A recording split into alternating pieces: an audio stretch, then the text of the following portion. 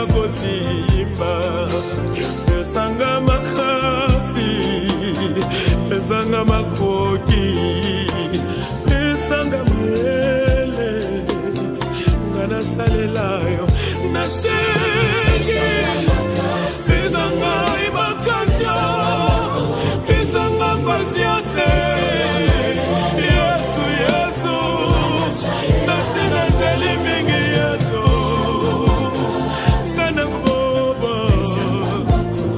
sana umela sana salelayo bachula mata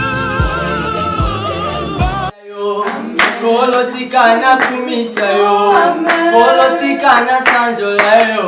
Amen. Hallelujah. Oh, kolotikana embela yo, kolotikana kumisa yo, kolotikana sanjola yo. Amen. Hallelujah. Alwa motema, tina motema. Amen. Ayugina kumisa yo, ala ina netola yo.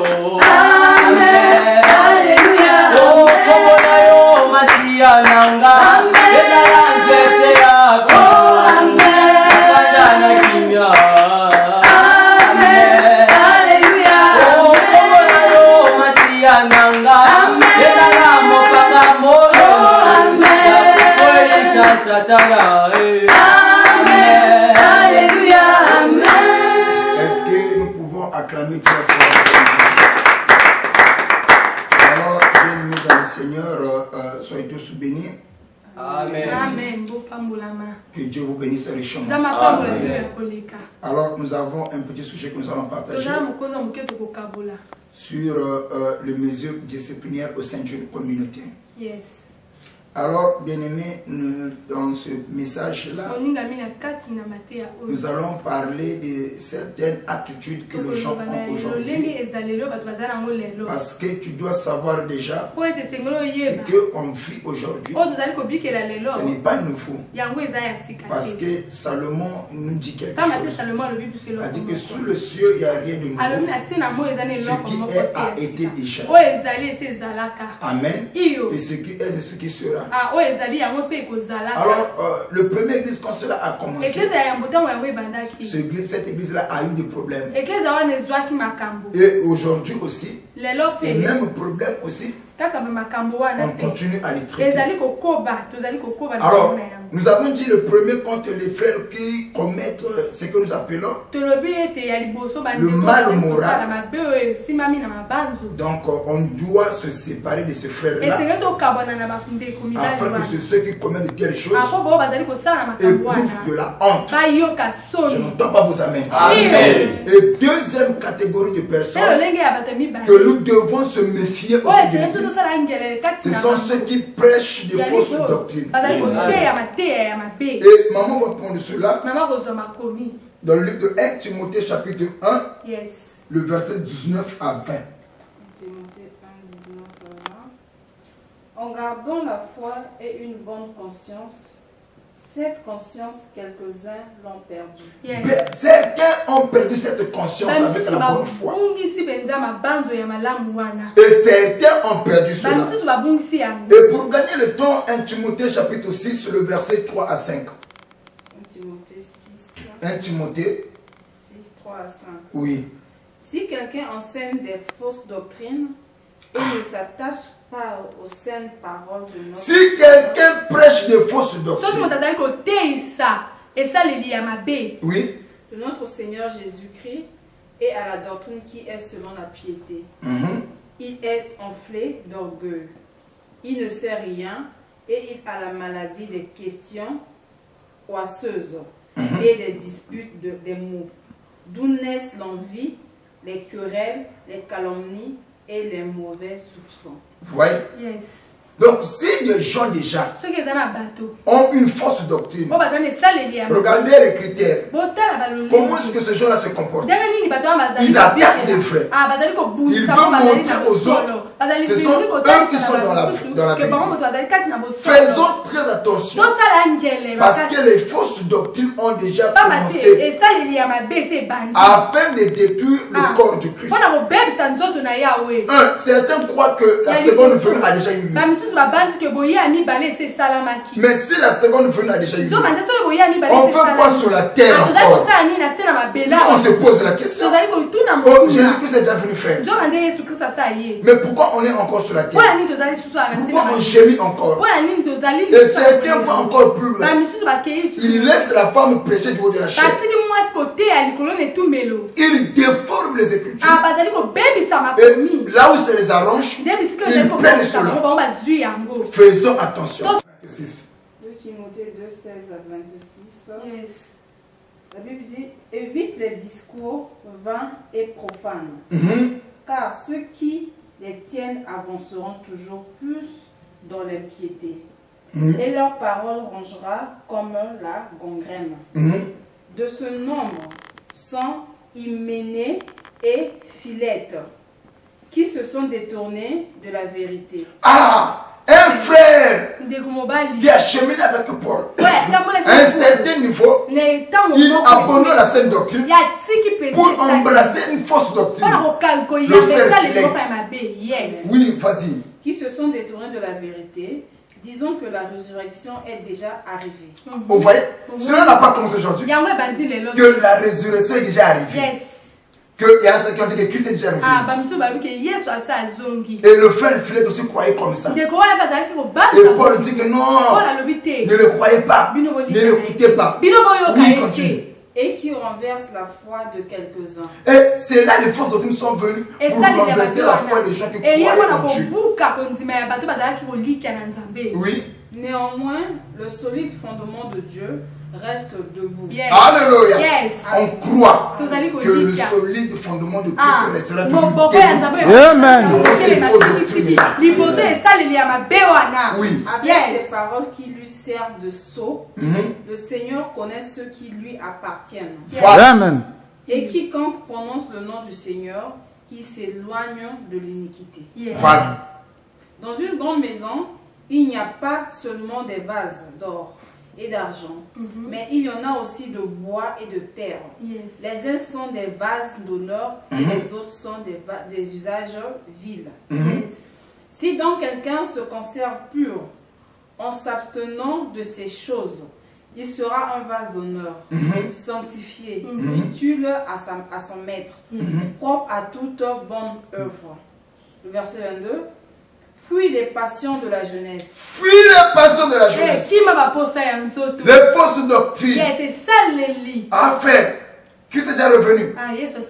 Ah frère, le salut c'est au nom d'eux. Certains ont remplacé le nom de Jésus pour mettre le nom de je ne sais pas qui. De personnes là. Frère, nous croyons, nous ne servons pas des créatures plutôt le Créateur. Certains croient aux créatures et non au Créateur. Certains adorent les objets. Ce sont des fausses doctrines. Nous allons avancer un peu. Galates chapitre 1, le verset 9 à 10, le verset 8 à 9. Galates 1, verset 9. Verset 8 à 9. Verset 8 à 9. Mais quand nous-mêmes, quand un ange du ciel annoncerait un autre évangile que celui que nous avons prêché, qu'il soit anathème. N'embrassez pas n'importe quelle foi. Oh non, voilà frère, le salut c'est moi. Oh, il y a même des pasteurs qui disent que au brebis, moi j'ai la sémence céleste, la sémence suprême. Et quand les femmes ne mettent pas au monde, je venais, je vais m'accoupler avec vous. Et vous allez recevoir la sémence divine. Menteur. ne le croyez pas. Et des pratiques qui sont venues, qui sont entrées au sein de l'église, qui n'est pas conforme à la sainte doctrine. Ne le croyez pas.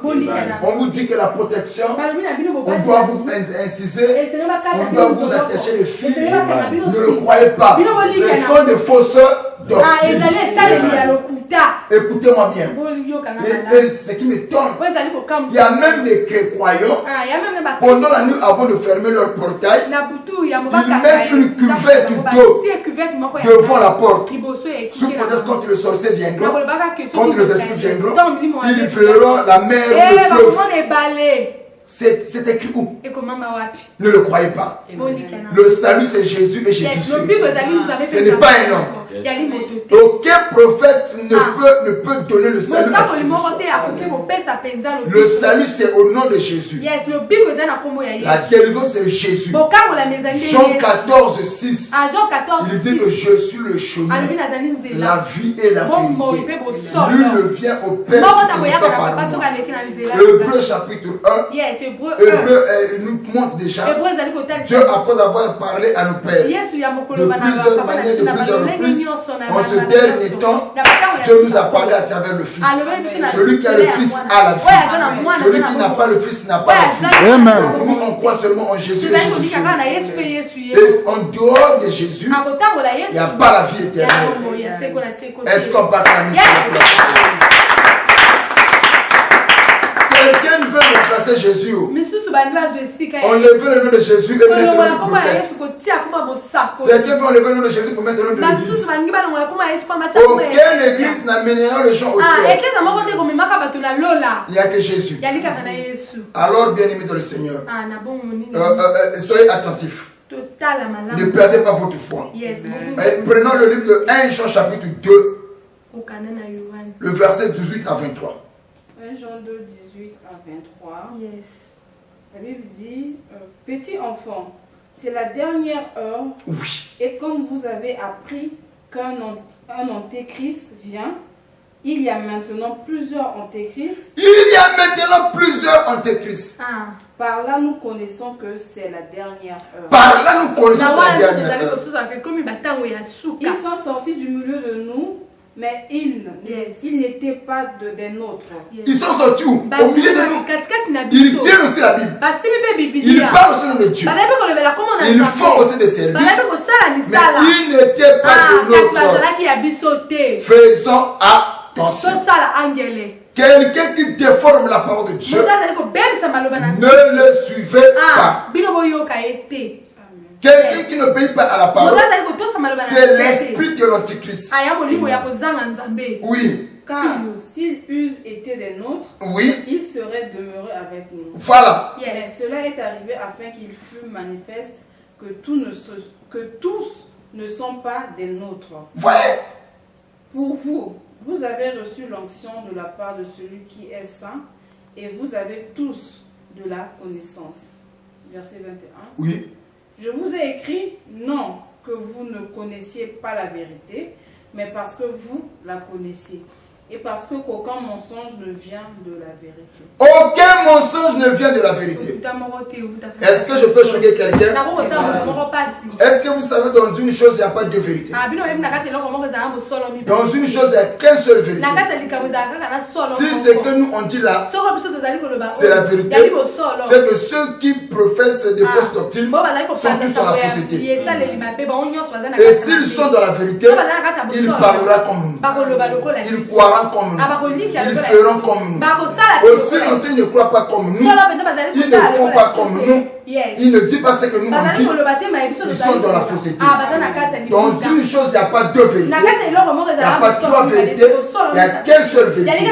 J'aimerais entendre un gros amen. Et qui a déjà vu dans une chose qu'il y ait trois vérités? C'est faux.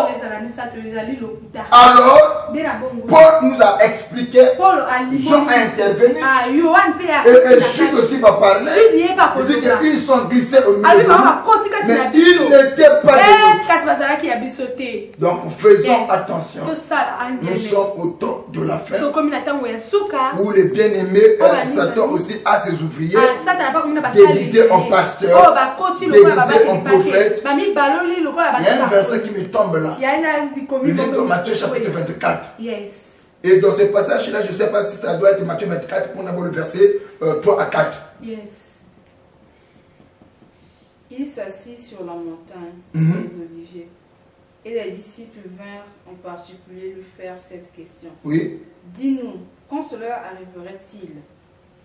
Quand cela arrivera-t-il? Et quel sera le signe de ton avènement et de la fin du monde? Jésus leur répondit, prenez garde que personne ne vous séduise. Oui. Car plusieurs viendront sous mon nom. Écoutez, Christ était sous le mont Olivier. Il devait parler sous l'avènement. Son avènement. Et au moment où il devait parler à ses disciples, les disciples lui ont posé la question, quels sont les signes de ton avènement? Il nous dit le premier signe, il y aura beaucoup de faux Christ. Plusieurs viendront sous mon nom. Oui. Disons, c'est moi qui suis le Christ. C'est moi qui suis le Christ. Et ils séduiront beaucoup de gens. Et ils séduiront beaucoup de gens. Vous entendrez parler des guerres. On s'arrête d'abord là. Plusieurs viendront et ils séduiront beaucoup de gens. Et aujourd'hui, beaucoup de gens sont venus au nom de Dieu, mais on a dit qu'ils ne servent pas Dieu. Faisons attention. Et voilà pourquoi nous sommes de la trompette pour éclairer les enfants de Dieu. Que le Dieu Tout-Puissant vous montre le doigt chemin. Que le Dieu Tout-Puissant vous éclaire. Si vous êtes d'accord, donnez-moi un amen puissant. Alors, bien-aimés dans le Seigneur, priez. J'aimerais donner un conseil. Si on t'invite dans une église, avant d'y aller, prie d'abord. Demande la volonté de Dieu. Est-ce que dans cette église, vous est-ce que tu es là-bas? Est-ce que c'est toi qui as commissionné le pasteur avant de partir? Ne suivez pas quelqu'un par la beauté, parce qu'il est éloquent, parce qu'il parle bien, parce que Satan aussi parle bien. Et la beauté que nous avons besoin, ce n'est pas la beauté de la personnalité, mais la beauté de la parole. Quand la parole est respectée, c'est cette beauté dans les Joseph qui va faire que la femme de Potiphar soit séduite. Amen. Et écoutez-moi bien, ça c'est un autre mystère que je suis en train de préparer sur la beauté de Joseph. Amen. C'est un message qui vient de tomber sur la beauté de Joseph. Alors écoutez, donc que Dieu le Tout-Puissant vous garde des esprits séducteurs. Alors soyez tous bénis, vous qui nous avez suivis. Nous allons prier pour les gens. Les gens qui veulent écouter la parole de Dieu, mais qui sont égales. Ça brûle en eux. Ils se posent la question, où est-ce qu'on peut écouter la parole? Que mon Dieu vous éclaire. Et levons nos voix et prions.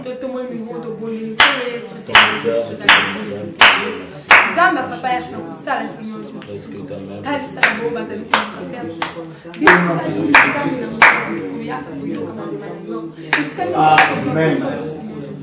Amen. Alors, c'était votre humble serviteur, l'apôtre Angèle, messager fidèle, dans le cri de la sentinelle qui a retenti pour vous. Nous avons souvent l'habitude de dire, écoutez, et votre âme vivra. Soyez bénis. La suite à la prochaine.